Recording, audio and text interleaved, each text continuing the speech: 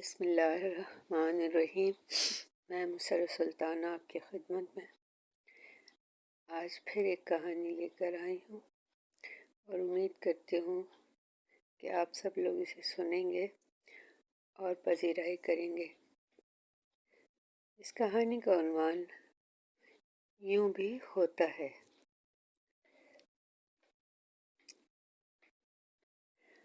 بھابھی بھابھی، آپ کے فون کی گھنٹی بج رہی ہے۔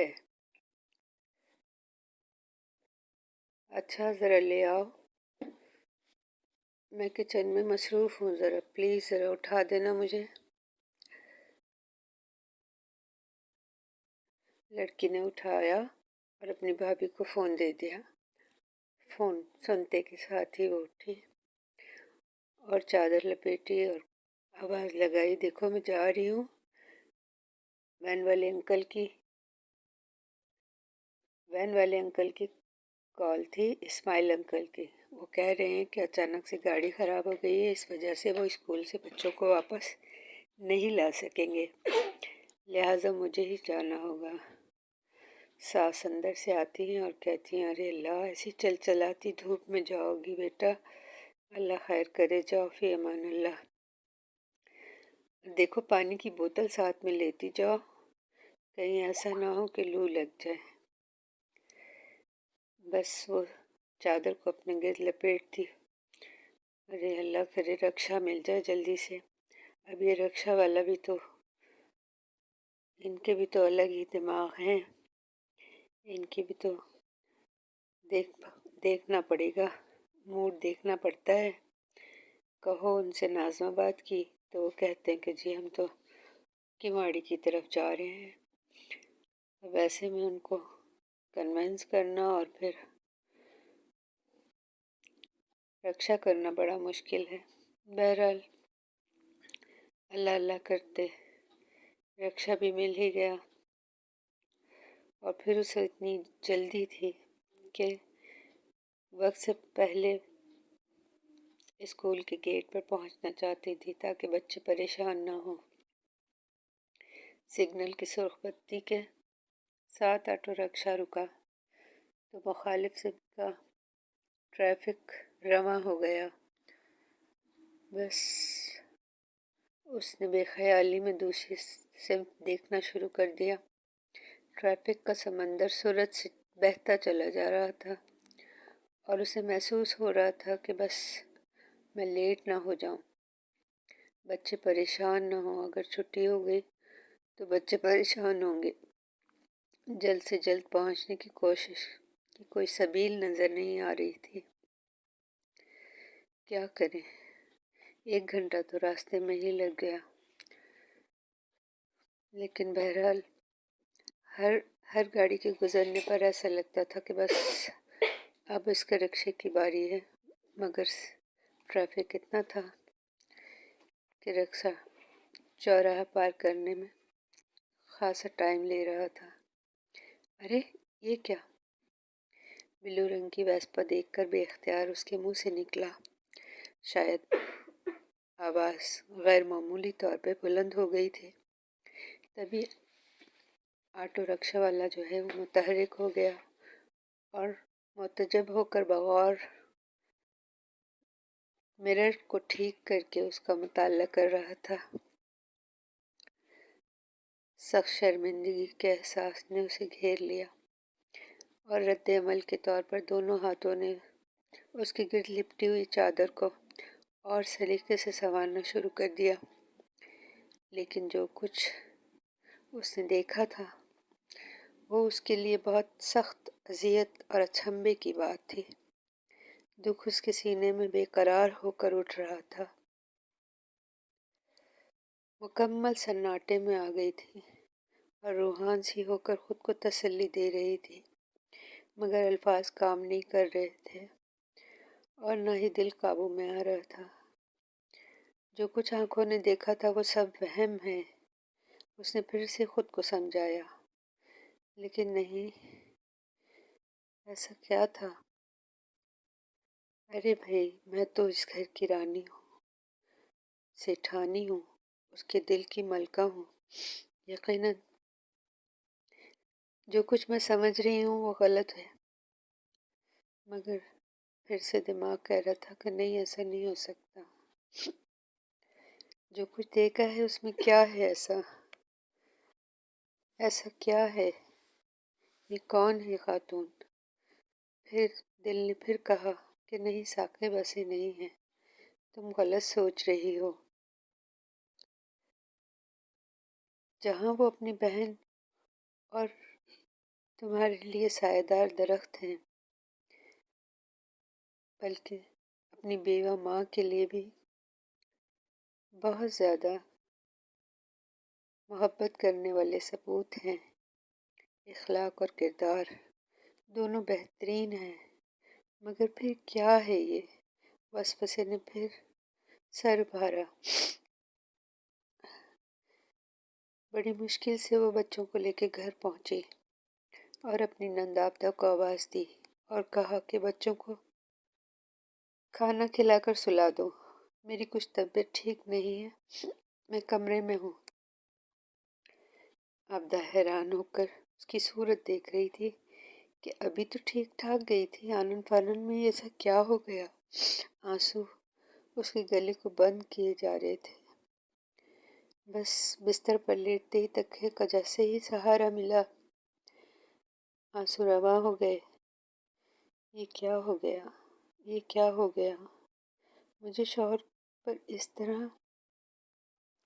حیرت ہو رہی تھی، مگر مجھے اتنا زیادہ بدگمان نہیں ہونا چاہیے۔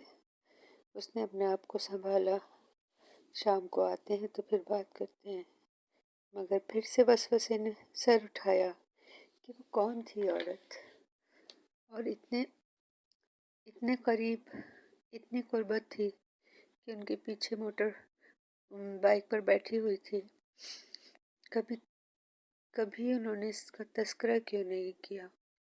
اگر ان کی کولیگ بھی تھی، وہ تو مجھ سے ہر قسم کی بات کرتے ہیں۔ دل نے پھر وسوسہ آیا، قل اعوذ برب الناس پڑھنے لگی۔ پھر اسے محسوس ہو رہا تھا کہ جیسے دنیا کی تمام عورتیں جو کمزور عورتیں تھیں اور جنہیں ازدواجی زندگی میں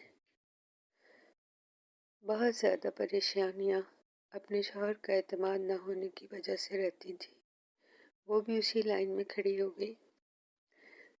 مگر پھر اس کو پھر سے دل نے دلاسا دیا کہ نہیں، ایسا نہیں ہے۔ پھر اس نے ورد کرنا شروع کیا، قل اعوذ برب الناس، قل اعوذ برب الناس، اور اس طرح شاید اس کی آنکھ لگ گئی۔ اس کی نندابدہ نے جب اس کی طرف دیکھا تو اپنی ماں کو ساری کیفیت سے آگاہ کیا، تو وہ بھی بے چین ہو کر کمرے میں آ گئی اور کہا بیٹا کیا ہوا؟ خدا نخواستہ لو تو نہیں لگ گئی؟ آبدہ بیٹی جاؤ، جا کر بھابھی کے لیے گلاس شکنجی بنا کر لاؤ، لیمو ذرا زیادہ ڈالنا، دیکھو اگر لیمو نہ ہو تو کسی سے منگوا لینا، ستو بنا کے لے آنا، اگر نہ آ سکے تو ستو بنا کر لے آنا۔ اماں نے جو چیزیں اس کے دماغ میں آئی بتا دی کہ کسی طرح ان کی بہو کا موڈ اچھا ہو جائے اور وجہ معلوم ہو جائے۔ اماں کچھ بھی نہیں ہے، اچھا بھائی ایسا کرو جام شیرین بنا کر لے آؤ۔ وہ لے کر آئی، ہاں بیٹا لو یہ پی لو۔ ارے بھائی تم رو کیوں رہی ہو؟ کیا زیادہ طبیعت خراب ہے؟ ڈاکٹر کے چلیں؟ میں بلاؤں کیا رکشا کو؟ انہوں نے اس کے دونوں ہاتھوں کو آنکھوں سے ہٹایا۔ نہیں اماں کچھ بھی نہیں ہے، بس سر میں درد ہے، تھوڑی دیر سو جاؤں گی تو ٹھیک ہو جائے گا، آپ گھبرائیں مت۔ میرے آفس آنے کا اپنے اپنے شوہر کے آفس آنے کا وہ بے چینی سے انتظار کر رہی تھی۔ ابھی تو میں ان کی پسند تھی، 10 سال پہلے کی بات، کل ہی کی بات لگتی ہے، وقت کا پتہ ہی نہیں چلتا۔ ماں جی نے مجھے بھابھی کے ساتھ میٹرنٹی ہسپتال میں دیکھا تھا، جہاں وہ اپنا دوسرا بھتیجا لینے گئی تھی۔ تبھی اماں اپنے کچھ اندرونی مسائل کے علاج کے لیے داخل تھیں۔ جب میں کمرے سے متصل کچن میں کچھ برتن وغیرہ واش کرنے جاتی تو 2 آنکھیں میرا تعاقب کرتی تھیں۔ آخر تیسرے دن جب ڈسچارج ہونے کا وقت آیا تو انہوں نے اشارے سے مجھے بلایا، پھر میرا روایتی انداز میں انٹرویو لیا، میرا نام پوچھا، بہن بھائیوں کے متعلق پوچھا، اماں ابا کہاں کے رہنے والے ہیں، ابا کیا کرتے ہیں، کتنی پڑھی ہو، آگے کی کیا سوچ ہے، ساری رازداری سے باتیں جو ہیں وہ انہوں نے پوچھی۔ بیٹا سندل، تم ہمیں پسند آ گئی ہو، بتاؤ تمہاری اپنی مرضی کیا ہے؟ ہمارا مطلب ہے کہ کوئی پسند وسند تو نہیں ہے بیٹا۔ اماں جی نے صاحب گوئی سے کہا، ماں سمجھ کے نہیں تو دوست سمجھ کر بتا دو، کہیں ایسا نہ ہو کہ بے خبری میں ہم جائیں اور پھر ٹکا سا ہمیں جواب مل جائے۔ پیر اٹھانے سے پہلے ہم پیر کو مضبوط کرنا چاہتے ہیں۔ اچھا پھر یہ تھا کہ ہم اگر تمہارے گھر آئیں تو کس سے بات کریں؟ تمہاری ماں سے؟ تمہارا سرپرست کون ہے؟ بھابھی سے کہیے گا کہ اگر وہ مناسب سمجھیں گی تو امی سے بات کر لیں گی، اور جو ماشاء اللہ نند بھاوج میں اتنا پیار ہے، اتنا بھروسہ ہے، ٹھیک ہے بھائی، ہم ضرور بات کریں گے۔ اچھا سنو، ابھی میرا بیٹا آئے گا، تم ایک نظر اسے دیکھ لینا، پھر ہم اشارہ کر کے کہہ دینا، اگر پسند آئے تو ٹھیک ہے، ورنہ ہم حق تلفی کے قائل نہیں ہیں، ہم بات کو پی جائیں گے۔ جی اچھا کہہ کر وہ کمرے میں آ گئی تھی۔